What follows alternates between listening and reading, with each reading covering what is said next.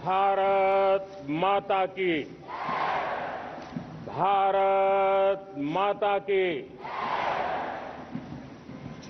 मेरे प्यारे देशवासियों, मेरे परिवारजन,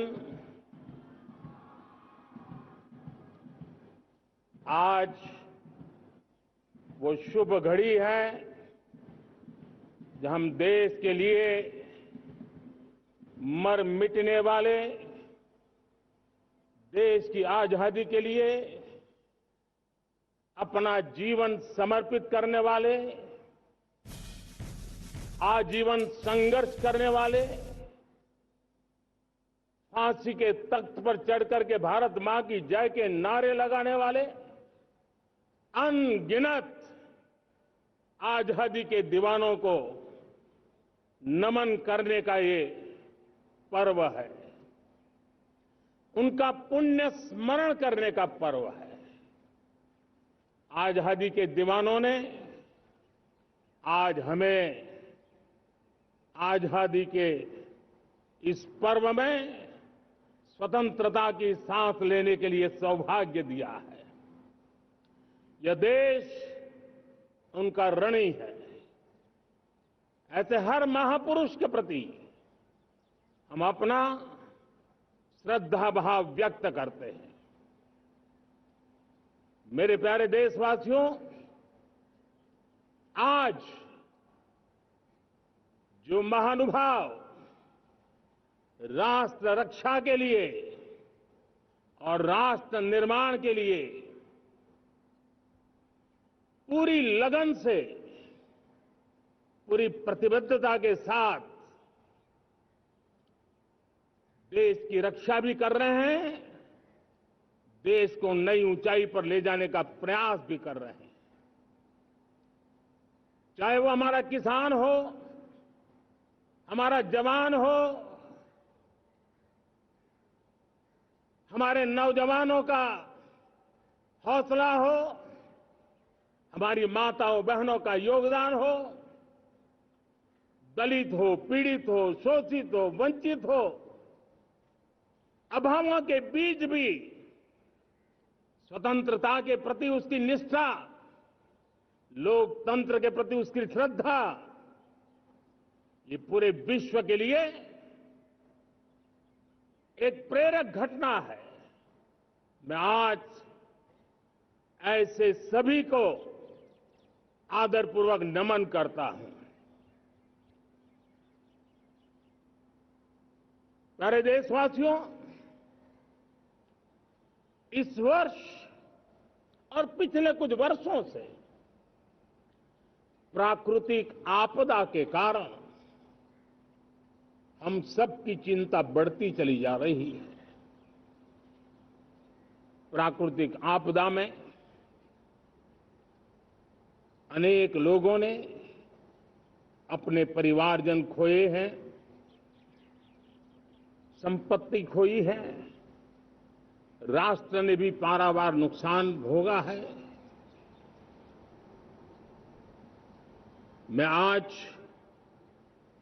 उन सब के प्रति अपनी संवेदना व्यक्त करता हूं और मैं उन्हें विश्वास दिलाता हूं कि यह देश इस संकट की घड़ी में उन सब के साथ खड़ा है। मेरे प्यारे देशवासियों, हम जरा आजादी के पहले के वो दिन याद करें। सैकड़ों साल की गुलामी, हर कालखंड संघर्ष का रहा। युवा हो, बुजुर्ग हो, किसान हो, महिला हो, आदिवासी हो, उन्होंने गुलामी के खिलाफ जंग लड़ते रहे, अविरत जंग लड़ते रहे। इतिहास गवाह है कि 1857 के स्वातंत्र संग्राम जिसको हम याद करते हैं, उसके पूर्व भी हमारे देश के कई आदिवासी क्षेत्र थे जहां आजादी का जंग लड़ा जाता था। साथियों, गुलामी का इतना लंबा कालखंड,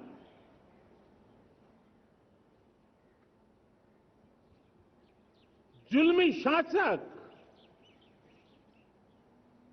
अपरंपार यातनाएं,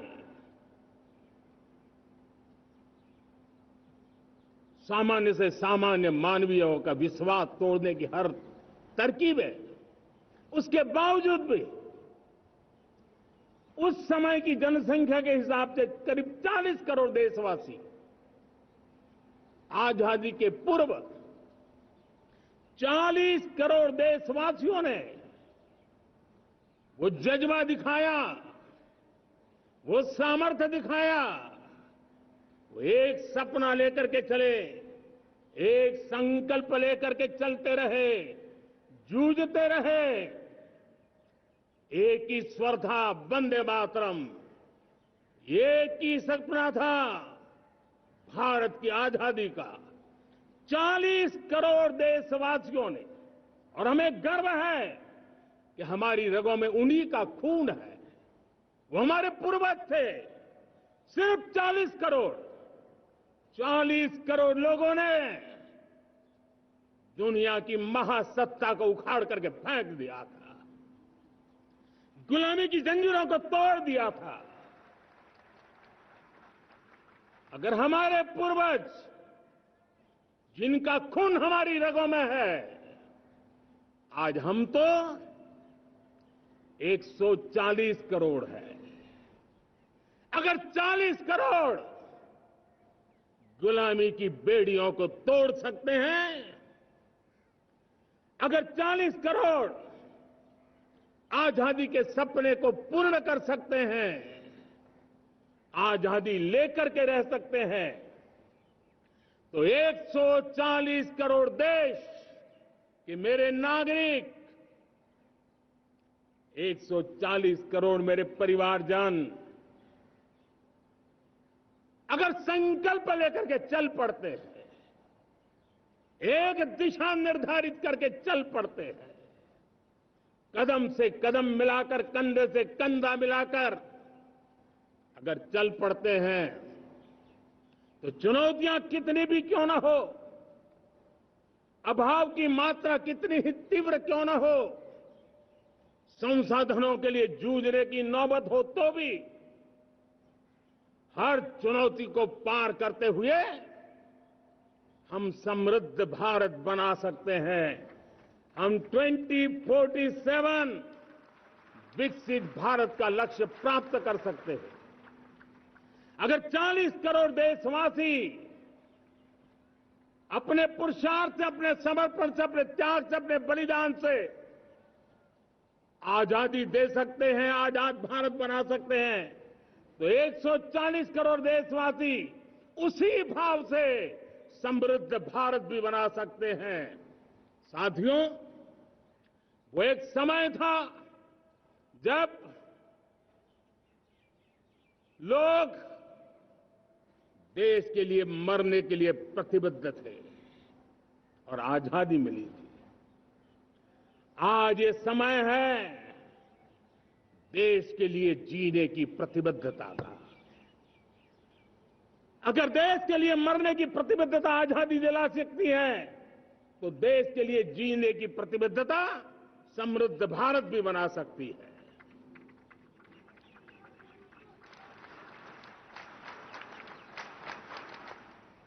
साथियों, विकसित भारत 2047 ये सिर्फ भाषण के शब्द नहीं है। इसके पीछे कठोर परिश्रम चल रहा है। देश के कोटि कोटि जनों के सुझाव लिए जा रहे हैं और हमने देशवासियों से सुझाव मांगे। और मुझे प्रसन्नता है कि मेरे देश के करोड़ों नागरिकों ने विकसित भारत 2047 के लिए अनगिनत सुझाव दिए हैं। हर देशवासी का सपना उसमें प्रतिबिंबित हो रहा है। हर देशवासी का संकल्प उसमें झलकता है। युवा हो, बुजुर्ग हो, गांव के लोग हो, शहर के लोग हो, किसान हो, कामदार हो, दलित हो, आदिवासी हो, पहाड़ों में रहने वाले लोग हो, जंगल में रहने वाले लोग हो, शहरों में रहने वाले लोग हैं। हर किसी ने 2047 में जब देश आजादी का 100 साल मनाएगा, तब तक विकसित भारत के लिए अनमोल सुझाव दिए हैं। और मैं जब इन सुझावों को देखता था, मेरा मन प्रसन्न हो रहा था। उन्होंने क्या लिखा? कुछ लोगों ने कहा कि दुनिया का स्किल कैपिटल बनाने का सुझाव हमारे सामने रखा। 2047 विकसित भारत के लिए कुछ लोगों ने भारत को मैन्युफैक्चरिंग का ग्लोबल हब बनाने के लिए सुझाव दिया। कुछ लोगों ने भारत की हमारी यूनिवर्सिटीज ग्लोबल बने, इसके लिए सुझाव दिया। कुछ लोगों ने यह भी कहा कि क्या आजादी के इतने सालों के बाद हमारा मीडिया ग्लोबल नहीं होना चाहिए। कुछ लोगों ने यह भी कहा कि हमारा स्किल्ड युवा विश्व की पहली पसंद बनना चाहिए। कुछ लोगों ने सुझाव दिया भारत को जल्द से जल्द जीवन के हर क्षेत्र में आत्मनिर्भर बनना चाहिए। कई लोगों ने सुझाव दिया कि हमारे किसान जो मोटा अनाज पैदा करते हैं, जिसको हम श्री अन्न कहते हैं, उस सुपर फूड को दुनिया के हर डाइनिंग टेबल पर पहुंचाना है। हमें विश्व के पोषण को भी बल देना है और भारत के छोटे किसानों को भी मजबूती देनी है। कई लोगों ने सुझाव दिया कि देश में स्थानीय स्वराज की संस्थाओं से लेकर के अनेक इकाइयां हैं, उन सब में गवर्नेंस के रिफॉर्म की बहुत जरूरत है। कई लोगों ने लिखा कि न्याय के अंदर जो विलंब हो रहा है, उसके प्रति चिंता जाहिर की और ये भी कहा कि हमारे देश में न्याय व्यवस्था में रिफॉर्म की बहुत बड़ी जरूरत है। कई लोगों ने लिखा कि कई ग्रीनफील्ड सिटीज बनाने की अब समय की मांग है। किसी ने बढ़ती हुई प्राकृतिक आपदाओं के बीच शासन प्रशासन में कैपेसिटी बिल्डिंग के लिए एक अभियान चलाने का सुझाव दिया। बहुत सारे लोगों ने यह सपना भी देखा है कि अंतरिक्ष में भारत का स्पेस स्टेशन जल्द से जल्द बनना चाहिए। किसी ने कहा भारत की जो पारंपरिक ट्रेडिशनल मेडिसिन है, हमारी औषधि है, दुनिया जब आज होलिस्टिक हेल्थ केयर की तरफ जा रही है, तब हमें भारत की पारंपरिक औषधियां और वेलनेस हब के रूप में भारत को विकसित करना चाहिए। कोई कहते हैं कि अब देर नहीं होनी चाहिए, भारत जल्द से जल्द दुनिया की तीसरी सबसे बड़ी इकोनॉमी बनना चाहिए। साथियों, मैं इसलिए पढ़ रहा था कि मेरे देशवासियों ने सुझाव दिए, मेरे देश के सामान्य नागरिक ने ये सुझाव हमें दिए हैं। मैं समझता हूं, जब देशवासियों की इतनी विशाल सोच हो, देशवासियों के इतने बड़े सपने हो, देशवासियों की इन बातों में जब संकल्प झलकते हो, तब हमारे भीतर एक नया संकल्प दृढ़ बन जाता है, हमारे मन में आत्मविश्वास नई ऊंचाई पर पहुंच जाता है। और साथियों, देशवासियों का ये भरोसा सिर्फ कोई इंटेलेक्चुअल डिबेट नहीं है, ये भरोसा अनुभव से निकला हुआ है। ये विश्वास लंबे कालखंड के परिश्रम की पैदावार है और इसलिए देश का सामान्य मानव याद करता है जब लाल किले से कहा जाता है कि हिंदुस्तान के 18,000 गांवों में समय सीमा में बिजली पहुंचाएंगे और वो काम हो जाता है, तब भरोसा मजबूत हो जाता है। जब ये तय होता है कि आजादी के इतने सालों के बाद भी 2.5 करोड़ परिवार ऐसे हैं जहां बिजली नहीं है, वो अंधेरे में जिंदगी गुजारते हैं। 2.5 करोड़ घरों में बिजली पहुंच जाती है, तब सामान्य मानवीय का भरोसा बढ़ जाता है। जब लालकिले से स्वच्छ भारत की बात कही जाए, तब इस देश के अग्रिम हरोड़ पंक्ति में बैठे हुए लोग हो, गांव के लोग हो, गरीब बस्ती में रहने वाले लोग हो, छोटे छोटे बच्चे हो, हर परिवार के अंदर स्वच्छता का वातावरण बन जाए, स्वच्छता की चर्चा हो, स्वच्छता के संदर्भ में एक दूसरे को रोक टोकने का निरंतर प्रयास चलता रहे। मैं समझता हूं कि ये भारत के अंदर आई हुई नई चेतना का प्रतिबिंब है। जब देश के सामने लाल किले से कहा जाए कि आज हमारे परिवारों में 3 करोड़ परिवार ऐसे हैं जिनके घर में नल से जल मिलता है, आवश्यक है हमारे इन परिवारों को पीने का शुद्ध पानी पहुंचे।